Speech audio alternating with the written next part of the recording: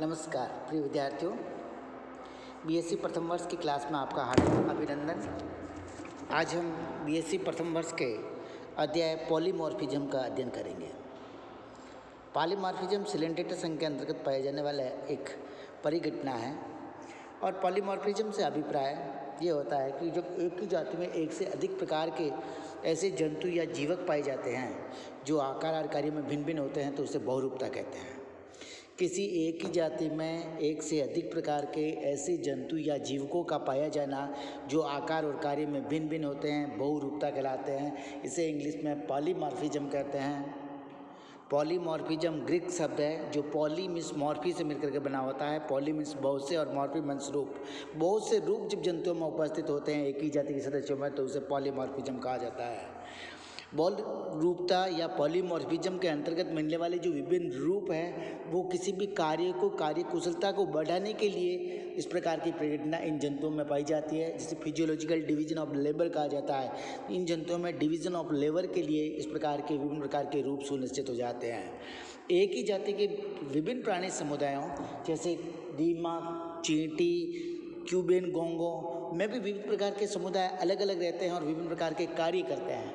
लेकिन उन जंतुओं में पाई जाने वाली पॉलीमॉर्फिज्म सिलेंटेटा संघ के अंतर्गत पाई जाने वाली पॉलीमॉर्फिज्म से भिन्न प्रकार की होती है, क्योंकि उन जंतुओं के अंदर जो पॉलीमॉर्फिज्म होती है वो जेनेटिक पॉलीमॉर्फिज्म होती है, जबकि सिलेंटेटा में विविध प्रकार के जीवक मिलकर के एक ही प्रकार की कॉलोनी का निर्माण करते हैं जो विभिन्न प्रकार के कार्यों को करने के लिए विभिन्न प्रकार के आकारों या बहुरूपता को ग्रहण करते हैं। सिलेंटेटा के हाइड्रोजोआ निवों में मिलने वाले ये एक प्रमुख लक्षण है। पॉलीमॉर्फिज्म के अंतर्गत सिलेंटेटा संघ के अंतर्गत दो बेसिक ग्रुप पाए जाते हैं और ये दो बेसिक ग्रुप में से एक ग्रुप पॉलिप कहलाता है और दूसरा मेडूसा कहलाता है। हमने देखा सिलेंटेटा संघ का जब क्लासिफिकेशन को यदि हम याद करते हैं तो सिलेंटेटा में आता है हाइड्रोजोआ, स्काइपोजोआ और एंथोजोआ। हाइड्रोजोआ ऐसी क्लास है जिसमें पॉलिप और मेडूसा दोनों पाए जाते हैं। स्काइपोजोआ में केवल मेडूसा पाए जाते हैं और एंथोजोआ में केवल पॉली प्रकार के जंतु पाए जाते हैं। तो इन सिलेंटेट्स के जो हाइड्रोजोन्स हैं इनमें जो कॉलोनी बनेगी जिसमें पॉलिप और मेडूसा दोनों ही प्रकार के जीवक उपस्थित होते हैं, तो इनमें हाइड्रोजोआ में दो बेसिक रूप पाए जाते हैं और ये दो बेसिक रूप में से एक रूप पॉलिप कहलाता है और दूसरा मेडूसा कहलाता है। जो पॉलिप रूप होता है उस पॉलिप को यदि हम शारीरिक संरचना देखें तो पॉलिप की शारीरिक संरचना एक नलीनुमा संरचना होती है जिसके अंतिम सिरे पर हाइपोस्टोम नामक मुख होता है। ये हाइपोस्टोम नामक मुख चारों ओर स्पर्शकों के सर्कुलेट से घिरा हुआ रहता है। इसके दूसरे सिरे पर यह बंद होता है जिधर के और बेसल डिस्क से यह किसी भी प्रकार के आधार या सबसिस्टम से लिखने का कार्य करता है। इस प्रकार से पॉलिप की संरचना एक नलिकाकार जीवक होता है जिसके दूरस्थ हिस्से पर हाइपोस्टोम पाया जाता है जो स्पर्शकों से घिरा हुआ होता है। उसके विपरीत सिरे पर बेसल डिस्क या पादिक बिंब पाई जाती है जो किसी भी आधार से जुड़ी हुई हो सकती है। किंतु मेडूसा के अंतर्गत मेडूसा दूसरा इसका पॉलीमॉर्फिज्म पाया जाता है। दूसरा बेसिक ग्रुप मेडूसा है। मेडूसा शरीर पर एक छाते के आकार का होता है। मेडूसा का शरीर एक कटोरे या छाते के आकार का होता है जिसका जो मार्जिनल तट है उस मार्जिनल तट पर स्पर्शक लगे हुए होते हैं। इसकी अवतल सतह के केंद्र में से एक मैन्यूब्रियम लिखा हुआ होता है। उस मैन्यूब्रियम के उभार पर मुख पाया जाता है। यद्यपि पॉलिप जो होते हैं वो स्थानबद्ध होते हैं और मेडूसा जो सामान्यतः है सचल होते हैं और इन दोनों के मौलिक लक्षणों में समानता मिलती है। अब यहाँ हमारे पास डायग्राम्स बता रखे हैं। इन डायग्राम्स में पहले ओबिलिया कॉलोनी है, फिर हाइड्रेक्टिनिया की पपड़ीदार निवे है, फिर कैलिकोफोरन साइपोनोफोर है, फाइसेलिया है। फाइसेलिया के बाद में हमारे पास स्टीफेलिया है और ये लास्ट वाला वेलेला है। इसको हम वन बाय वन चर्चा करेंगे। पॉलीमॉर्फिज्म का महत्व क्या है?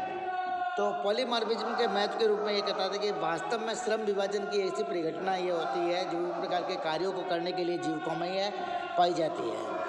अलग अलग भागों या अंगों द्वारा जो अलग अलग कार्य किए जाते हैं उसके लिए यहाँ पर अलग अलग जीवक होता है प्राणियों का। ये अलग अलग जीवक अलग अलग कार्यों को करने के लिए रूपांतरित होते हैं। जैसे कुछ पॉलिप भोजन ग्रहण करने के लिए, कुछ सुरक्षा के लिए, कुछ अलैंगिक जनन का कार्य करने के लिए और मेडूसा जो होती है वो लैंगिक जनन का कार्य करने के लिए रूपांतरित होती है या बहुरूपता पाई जाती है। बहुरूपता के पैटर्न्स को यदि हमें पैटर्न्स ऑफ पॉलीमॉर्फिज्म या बहुरूपता के नमूनों को यदि हम देखें तो सबसे पहले हम हाइड्रोजुआ में पाई जाने वाली जो बहुरूपता है वो सबसे अधिक विविधता इसमें पाई जाती है और उसी में सबसे पहले डाइमॉर्फिक कॉलोनी की बात करेंगे। डाइमॉर्फिक कॉलोनियाँ वे कॉलोनियाँ होती है जिसमें दो विभिन्न प्रकार के रूप पाए जाते हैं, एक पॉलिप और एक मेडूसा। इस प्रकार की कॉलोनी में ओबिलिया, ट्यूबुलेरिया और कैम्पेनुलेरिया आती है। हाइड्रोजुआ की जो अधिकांश कॉलोनियाँ होती है उसमें सबसे सरलतम प्रकार का पॉलीमॉर्फिज्म देखने को मिलता है। इसमें दो प्रकार के जीवक होते हैं। जो पॉलिप से बना होता है उस जीवक को अपन कहते हैं जठर जीवक या गैस्ट्रोजूइड्स कहते हैं। इसे हाइड्रेंथ भी कहते हैं और ये पोषण का कार्य करता है। और जो जनन की क्रिया से जुड़ा हुआ होता है उसे जनन जीवक या गोनोजूइड्स कहते हैं। जनन जीवक या गोनोजूइड्स की उत्पत्ति है इसको ब्लास्टोस्टाइल से होती है। ब्लास्टोस्टाइल पर एसेक्सुअल बडिंग होती है और एसेक्सुअल बडिंग के माध्यम से मेडूसा नामक गोनोफोर्स की उत्पत्ति होती है और ये गोनोफोर्स लैंगिक जनन का कार्य करते हैं।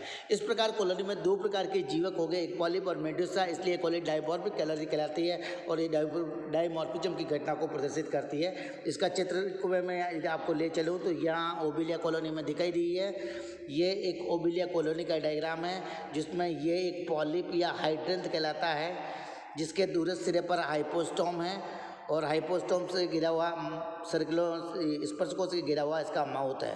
ये ब्लास्टोस्टाइल है और इस ब्लास्टोस्टाइल पर मुकुलन के माध्यम से गोनेंजियम कहलाता है ब्लास्टोस्टाइल। इससे मेडूसा गोनोफोर्स उत्पन्न होता है जो रिप्रोडक्शन की क्रिया में भाग लेंगे। तो ये ओबिलिया की कॉलोनी जो है एक डाइमॉर्फिक कॉलोनी को प्रतिनिधित्व यहाँ पे कर रही है।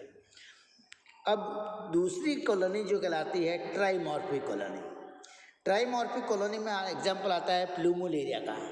प्लूमुलेरिया में तीन प्रकार के जीवक पाए जाते हैं, इसलिए ये ट्राइमॉर्फिक कॉलोनी कहलाती है। ये ट्राइमॉर्फिक कॉलोनी में तीन प्रकार के जीवक होते हैं, एक जठर जीवक है, एक जनन जीवक है और एक अंगुली जीवक है जो डैक्टाइलोजूइड्स कहलाता है। तो यहाँ पर जो तीन प्रकार के जीवक में से जो पहले प्रकार का जीवक है जठर जीवक वो पोषण का कार्य करता है, जनन जीवक जनन का कार्य करता है और डैक्टाइलोजूइड्स जिसे हम अंगुलिक जीवक कहते हैं, इन अंगुलिक जीवकों के स्पर्शकों कर दंश कोशिकाओं की बैटरी पाई जाती है और दंश कोशिकाएं हम जानते हैं कि सिलेंडर में पाई जाने वाली विशिष्ट प्रकार की कोशिका है जो सुरक्षा या प्रतिरक्षा करने का कार्य करती है। अंगुलिक जीवक की संरचना भी जठर जीवक के समान ही होती है। इसमें मुख होता है, स्पर्शक होती है, एंट्रोन होती है, लेकिन ये एंट्रोन रिड्यूस हो जाती है या इसका अभाव होता है। इस प्रकार की कॉलोनी किसमें प्लूमुलेरिया में पाई जाती है, ट्राइमॉर्फिक कॉलोनी। अब हम बात करते हैं हाइड्रोजुआ में पाई जाने वाली पॉलीमॉर्फिक कॉलोनी। पॉलीमॉर्फिक कॉलोनी का एग्जाम्पल है हाइड्रेक्टिनिया का पपड़ीदार निवय। हाइड्रेक्टिनिया का जो पपड़ीदार निवय होता है इसमें पॉलीमॉर्फिज्म की जो कैटेगरी है वो थोड़ी बढ़ जाती है। ये ऊंची प्रकार की पॉलीमॉर्फिज्म इसमें पाई जाती है और इसमें 5 प्रकार के पॉलिप्स पाए जाते हैं जो अलग अलग कार्य को करने के लिए विशिष्ट प्रकार से रूपांतरित होते हैं। पहला है गैस्ट्रोलोजूइड, जो गैस्ट्रोजूइड भोजन ग्रहण करने हेतु, स्पाइरल डैक्टाइलोजूइड आरक्षी जीवक प्रतिरक्षा हेतु, लॉन्ग डैक्टाइलोजूइड्स या स्पर्शक जीवक टेंटिकुलोजूइड्स में तंत्रिका कोशिकाएं पाई जाती है। स्केलेटोजूइड्स पर काइटिन के सूलीय उभार पाए जाते हैं और गोनोजूइड्स जो होता है वो मेल और फीमेल गोनोफोर्स को उत्पन्न करके लैंगिक जनन की प्रक्रिया में भाग लेता है। अब मैं आपको दिखा देता हूँ हाइड्रेक्टिनिया की पपड़ीदार निवय डायग्राम में।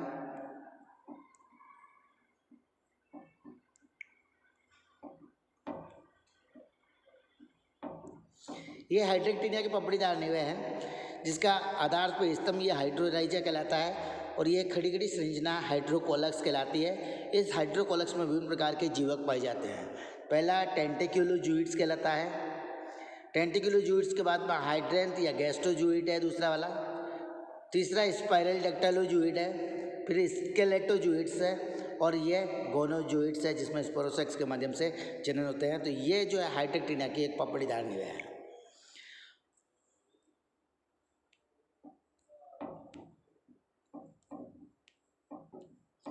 हाइड्रेक्टिनिया की पपड़ीदार निवय की स्टडी के पश्चात हम आ जाते हैं साइफोनोफोरा ऑर्डर पर, क्योंकि हाइड्रोजुआ क्लास में जो सबसे अधिक पॉलीमॉर्फिज्म पाई जाती है वो साइफोनोफोरा, कॉन्ड्रोफोरा और जो पहले वाला ऑर्डर है उसमें पाई जाती है। साइफोनोफोरा गण के जो बिलापवर्ती तैरती हुई कॉलोनीज होती हैं, इन तैरती हुई कॉलोनी में एग्जाम्पल है डाइफिस, हेलिस्टेमा, स्टिफेलिया और फाइसेलिया। ये तो साइफोनोफोरा ऑर्डर की। और कॉन्ड्रोफोरा ऑर्डर के 2 सदस्य हैं, पॉर्पिटा और वेलेला, उसमें भी पॉलीमॉर्फिज्म बहुत अधिक देखने को मिलती है। इन जंतुओं में पॉलीपॉड और मेडुसॉइड जो रूप होते हैं वो अलग अलग प्रकार के कार्यों, अनशन, सुरक्षा, जनन, तैरना इत्यादि विशेष प्रकार के कार्यों को करने के लिए अलग अलग प्रकार से रूपांतरित हो जाते हैं। पॉलिप में पाई जाने वाली जो प्रमुख रूपांतरण है उसको हम यहाँ पर देखेंगे। पहले modification of the polypoid. Polypoid से बनने वाले जो सदस्य हैं वो कहलाते हैं गैस्ट्रोजूइड,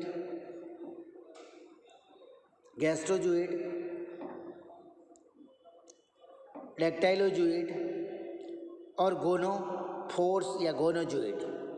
गैस्ट्रोजूइड, डेक्टाइलोजूइड और गोनोजूइड ये 3 प्रकार के सदस्य होते हैं। गैस्ट्रोजूइड्स जो होते हैं ठीक हाइड्रिड पॉलिप के समान होते हैं, जिन्हें फीडिंग पॉलिप्स कहा जाता है। जो डेक्टाइलोजूइड्स है वो सुरक्षा का कार्य करते हैं, इसलिए उनको प्रोटेक्टिव पॉलिप्स कहा जाता है।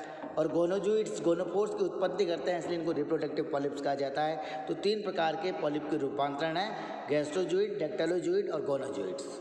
ठीक इसी तरह से मेडुसा में पाई जाने वाली रूपांतरणों की यदि हम बात करें तो मेडुसा में पाई जाने वाले रूपांतरणों में प्रमुख रूपांतरण में से सबसे पहला है नेक्टोफोर्स। नेक्टोफोर्स इसे तरणचस्कियाँ या इसे फ्लोटिंग जूइड्स भी कहा जाता है। ये मेडुसा का समान होता है, जिसमें मैन्यूब्रियम निकली हुई होती है और पेशी जो स्पर्शक इसके ऊपर पाए जाते हैं। दूसरा न्यूमेटोफोर या प्लव या फ्लूइड कहलाता है, वातपुटीधर। इसमें गैस सिक्रेटिंग टिश्यू होता है, जिसके कारण गैस स्त्रावण के कारण ये पूरे कॉलोनी को ऊपर तैराता रहता है। तीसरा फिलोजूइड या इसे ब्रेक्ट भी कहा जाता है। पत्ती के समान संरचना होती है और इस पर निमेटोसिस सेल लगी हुई होती है। ये फिलोजूइड या ब्रेक्ट जो होता है अन्य प्रकार के जीवकों की रक्षा करने का कार्य करता है। और चौथा प्रकार का जो जीवक है वो गोनोफोर्स कहलाता है, जो ओवम और स्पर्म उत्पन्न करके जनन की क्रिया को कंप्लीट करवाता है। तो अभी हमने देख लिया कि साइफोनोफोरा और कॉन्ड्रोफोरा में पॉलिप और मेडुसा के कौन कौन से रूपांतरण पाए जाते हैं। नेक्स्ट टॉपिक में हम देखेंगे notable polymorphic colony. Siphonophora order के अंतर्गत आने वाला डाइफिस जिसे कहते हैं, ये डाइफिस की कॉलोनी जो होती है एक लीनियर लंबी निभे के रूप में होती है।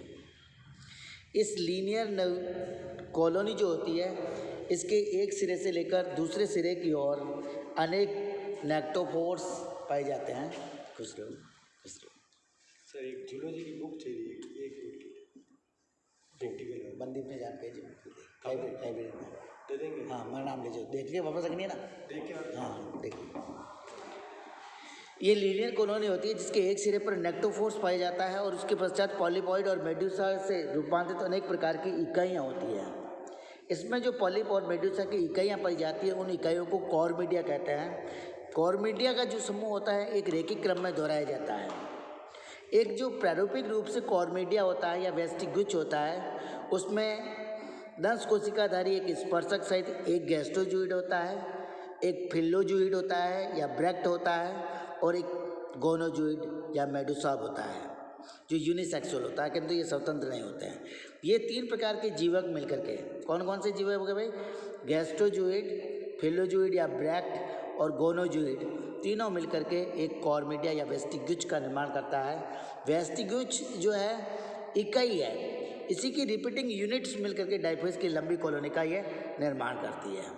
इसको हम डायग्राम के माध्यम से यदि आप देखना चाहें तो यहाँ देख लीजिए।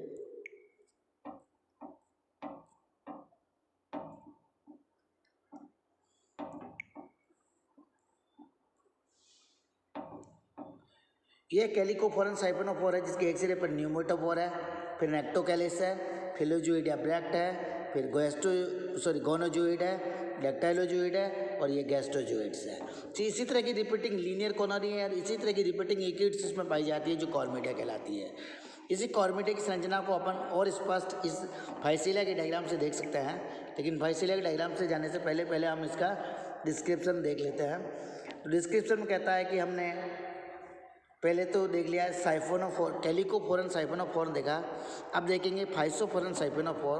फाइसोफोरन साइफोनोफोर में जो कॉलोनी होता है उस कॉलोनी के शीर्ष पर एक वात पुट्टीदर या प्लव होता है जिसमें गैस भरी होती है। इसमें गैस सिक्रेटिंग टिश्यू होता है जो गैस के स्त्रवण कर देने के पश्चात एक अंडाकार बिंब का निर्माण करता है। इस फाइसोफोरन साइफोनोफोर का एग्जाम्पल फाइसीलिया आता है।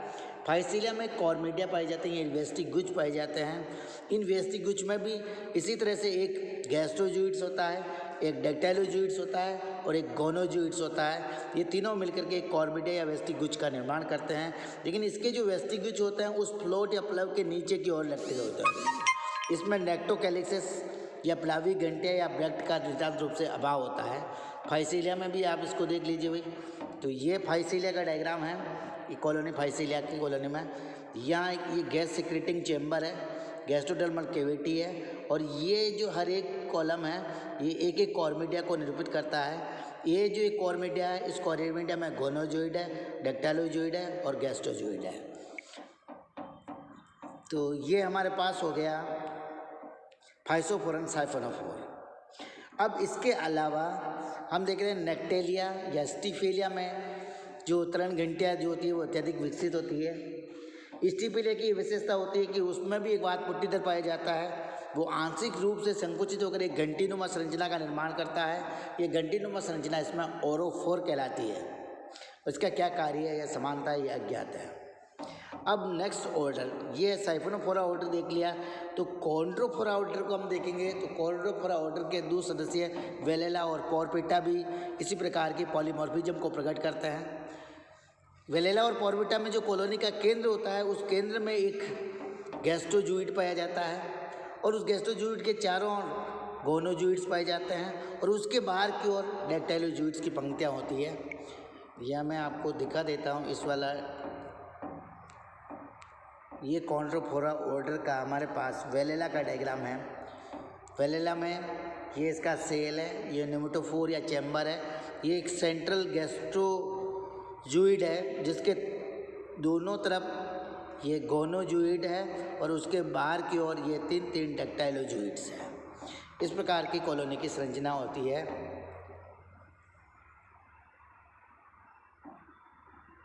वेलेला और पोरपेटा में सभी प्रकार के पॉलीमॉर्फिज्म के प्रकार, पॉलीमॉर्फिज्म का मॉडिफिकेशन और नोटेबल पॉलीमॉर्फिक कॉलोनी की स्टडी के पश्चात अब हमारे पास बातें आती है कि पॉलीमॉर्फिज्म की उत्पत्ति किस प्रकार होती है।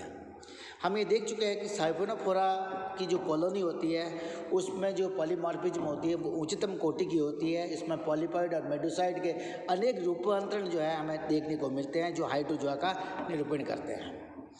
लेकिन अब बात आती है कि सिलेंडर संघ के जंतुओं में बहुरूपता के उद्विकास के अंतर्गत पहले विकास पॉलिप का हुआ या फिर पहले विकास मेडुसा का हुआ। इसमें भिन्न भिन्न वैज्ञानिकों के भिन्न भिन्न मत हैं। सबसे पहले हम हीकल का मत देखें तो हीकल कहता है कि जो प्रथम सिलेंट्रेट प्राणी था या सिलेंट्रेट का जो पूर्वज प्राणी था वो एक हाइड्रा या पॉलिप के समान था और इस हाइड्रा या पॉलिप की उत्पत्ति गैस्ट्रियाई से हुई है। इसी पॉलिप में अलैंगिक मुकुलन के माध्यम से जो है हाइड्रोइड कॉलोनी की उत्पत्ति हुई और इस स्थानबद्ध निवेश से कुछ पॉलिप लैंगिक जनन करते हुए मेडुसा में रूपांतरित हो गए जो तटीय जीवन व्यतीत करने के लिए अनुकूलित हो गए। इस प्रकार का श्रम विभाजन जो है एक हाइड्रोइड पॉलीमॉर्फिक कॉलोनी में पाया जाता है। लेकिन हीकल के पश्चात ब्रूक्स आया। ब्रूक्स ने 1886 में दूसरा मत दिया। ब्रूक्स ने कहा कि ये जो मत है ज़्यादा स्वीकार्य नहीं है। ब्रूक्स का मत ज़्यादा स्वीकार्य है, हैकल का मत ज़्यादा स्वीकार्य नहीं है। ब्रूक्स ने कहा कि जो पूर्वज सिलेंट्रेट प्राणी वो एक आदि मेड्यूसा था, प्रिमिटिव मेड्यूसा था और इस मेड्यूसा की उत्पत्ति मेटागैस्ट्रियाई से हुई है। मेटागैस्ट्रियाई मुक्त प्लावी होता है और इस मुक्त प्लावी मेटागैस्ट्रियाई में स्पर्शक और इसका जो मेन्यूब्रियम है वो उनका गुणन हो गया। मेडुसा के स्पर्शकों का और मुक्त प्लावी होने के कारण मेडुसा के स्पर्शकों का विकास हो गया। ब्रूक्स ने दूसरा मत दिया। इसके अनुसार ये अधिक स्वीकार्य प्रतीत होता है कि सिलेंट्रेट प्राणी जो एक आदि मेडुसा था जिसकी उत्पत्ति मेटागैस्ट्रिया से हुई है, ये मुक्त प्लावी होने और स्पर्शकों का विकास होने के पर हुआ था। तीसरे बात आती है हैक्सले, एस्कॉर्ट्स और मेस्निकॉफ ने। इन्होंने कहा जो मेडुसा की कॉलोनी है उसके में मैन्यूब्रियम, स्पर्शक और छाता, मैन्यूब्रियम, स्पर्शक और छाता तीनों गुणित हो गए, मूल स्थिति से हट गए गुणित होकर के, उसके कारण ये पॉलीमॉर्फिज्म की उत्पत्ति हुई। इस कारण पॉलीमॉर्फिक कॉलोनी के भिन्न भिन्न जीवक बन गए। इस मत के अनुसार जो पॉलीपॉइड अवस्था है, पॉलीपॉइड अवस्था तो चिरस्थावी लार्वा अवस्था है, लेकिन मेडुसा अवस्था इसकी पूर्ण रूपेण विकसित अवस्था है। तो तीसरे मत में हैक्सले, एस्कॉर्ट्स और मेस्निकॉफ ने कहा कि मेडुसा का हस्तक, मैन्यूब्रियम और स्पर्शक गुणित होकर अपनी मूल स्थिति से हट गए, जिससे पॉलीमॉर्फिक कॉलोनी के भिन्न भिन्न जीवक बन गए। यह कहता है कि पॉलिप जो है वो एक चिरस्थायी लार्वा अवस्था है और मेडुसा अवस्था जो पूर्ण रूपेण विकसित सिलेंट्रेट प्राणी है। इसके बाद आया मोसेर का मत, और मोसेर ने कहा कि साइफोनोफोरा परिणाम में पाए जाने वाले जो जीवक होते हैं वो ऐसे अंग हैं जो बहुरूपी प्राणियों की श्रेणी में नहीं आ पाए, इसलिए साइफोनोफोरा के हाइड्रोजोआ को पैतृक मानते हैं। साइफोनोफोरा को हाइड्रोजोआ का पैतृक मानते हैं, जिसमें पूर्णतः विभेदित जीवक पाए जाते हैं। मोसेर कहता है कि साइफोनोफोरा में पाए जाने वाले पॉली ऑर्गन्स में और अधिक विभेदन हो जाने के कारण वे हाइड्रोजोआ के पॉलीपर्सन्स बन गए। इस बात को मैं रिपीट करता हूँ। मोसेर कहता है कि साइफोनोफोरा के पॉली ऑर्गन्स में और अधिक विभेदन होने के कारण वे हाइड्रोजोआ के पॉलीपर्सन्स बन गए। मोसेर के अनुसार साइफोनोफोरा के पूर्ण निवेश स्वभाव को स्वीकार न करना एक बड़ी भूल होगी। ये हमारा सिलेंट्रेट का जो है, सिलेंट्रेटा में पाई जाने वाली पॉलीमॉर्फिज्म का टॉपिक यहीं पे समाप्त होता है। अपेक्षा करते हैं ये वीडियो आपके लिए उपयोगी होगा। इसमें से मूलतः एक ही क्वेश्चन आता है, सिलेंट्रेटा में पाई जाने वाली पॉलीमॉर्फिज्म पर लेख लिखिए। ये बड़ा क्वेश्चन बनता है। छोटे छोटे क्वेश्चंस के रूप में पॉलिप क्या है, पॉलिप की संरचना किस प्रकार की होती है, पॉलिप के मॉडिफिकेशंस कौन कौन से होते हैं, ठीक इसी तरह से मेडुसा की संरचना कैसी होती है, मेडुसा के रूपांतरण कौन कौन से होते हैं, इस प्रकार के क्वेश्चन इसमें पूछे जा सकते हैं। या फिर नोटेबल पॉलीमॉर्फिक कॉलोनी का एक क्वेश्चन बनता है। ये सारे क्वेश्चन आप अपने विवेक से हल करके व्हाट्सएप पर शेयर कर सकते हैं। धन्यवाद। Thank you for watching this video. Have a good day.